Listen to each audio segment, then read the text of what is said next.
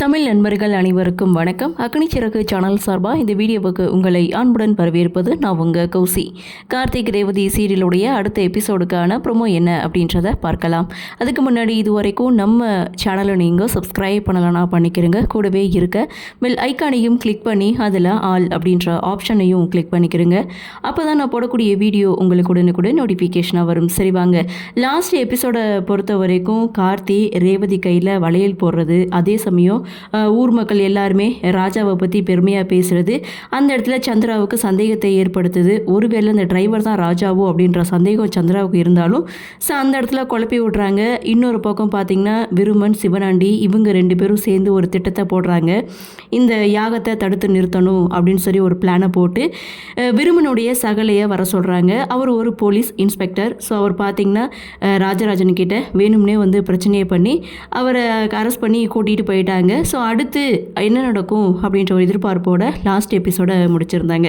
சரி, ப்ரோமோ என்ன அப்படின்னு பார்க்கும்போது யாக பூஜைக்கு எல்லா ஏற்பாடுமே செய்தாச்சு. அப்போது ராஜராஜனை காணும். சரி இருங்க, மாமாவை நான் போய் தேடி பார்த்துட்டு வரேன் அப்படின்னு கார்த்தி அங்கேருந்து போயிட்டு வெளியில் போய் தேடினா அங்கே ஒரு அம்மா பார்த்துட்டு யாரை தேடுறீங்கன்னு சொல்லி கேட்க, இல்லை எங்கள் மாமா அங்கிட்டு வந்தாரா பார்த்தீங்களா அப்படின்னு சொல்லி கேட்கும்போது அந்த அம்மா இது மாதிரி குளத்தங்கரையில் ஒருத்தர் வந்து குளத்தில் குளிச்சுட்டு வெளியில் வந்தார், போலீஸ் வந்து ஏதோ பிரச்சனை ஆயிடுச்சுன்னு சொல்லி அவரை இழுத்துட்டு போயிட்டாங்க அப்படின்னு சொன்னதும் அடுத்த செகண்ட் நீங்கள் கார்த்தி போலீஸ் ஸ்டேஷனுக்கு போகிறாங்க. தன்னுடைய மாமாவை மீட் பண்ணுறாங்க.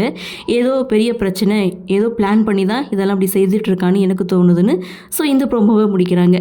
அடுத்த ப்ரோமோ அப்படின்னு பார்த்தீங்கன்னா ஸோ இங்கே ஊர் மக்கள்லாம் கூடியிருக்காங்க. ராஜராஜன் இன்னும் வரலை. ஸோ அவங்களுடைய வாரிசு தான் இந்த பூஜையை நடத்தி முடிக்கணும். அவருடைய வாரிசு வராத போது இந்த பூஜை எப்படி நடக்கும், இதெல்லாம் கேன்சல் பண்ணுங்கன்னு விருமன் ஒரு பக்கம் பிரச்சனை பண்ண ஸோ அந்த இடத்துல ஒரு சாமியாருடைய என்ட்ரி, அதாவது ரத்த சம்மந்தப்பட்டவங்க தான் இந்த பூஜையை நடத்தணும் இல்லையா, அதனால் அவங்க ரத்த சம்மந்தப்பட்ட உறவு பேரன் கூட இந்த பூஜையை நடத்தலான்னு அங்கே வந்த ஒரு சாமியாரும் சொல்ல, என் பேரன் இந்த பூஜையை நடத்துறதுக்கு எனக்கு முழு சம்மதம், எல்லாருக்கும் ஓகேனா எனக்கும் ஓகேன்னு பாட்டியும் ஓகே சொல்ல ஸோ அந்த இடத்துல சாமுண்டீஸ்வரி முடியாதுன்னு சொல்கிறாங்க. அதாவது இந்த பூஜையை ஒன்று என்னுடைய புருஷன் உட்காந்து நடத்தணும், இல்லைனா என் வீட்டு மாப்பிள்ளை தான் நடத்தணும் அப்படின்னு சொல்லி கார்த்தியை யாக பூஜையில் உட்கார சொல்கிறாங்க.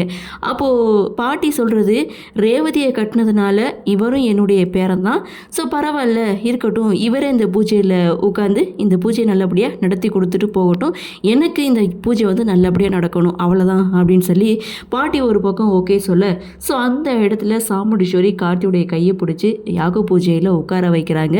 கார்த்தியும் யாக பூஜையில் உட்காந்தாச்சு, கழுத்தில் மாலையோடு உட்காந்துட்டு இருக்காங்க. அடுத்து என்ன நடக்கும் அப்படின்ற ஒரு எதிர்பார்ப்போட இந்த ப்ரோமோவை கொடுத்துருக்காங்க.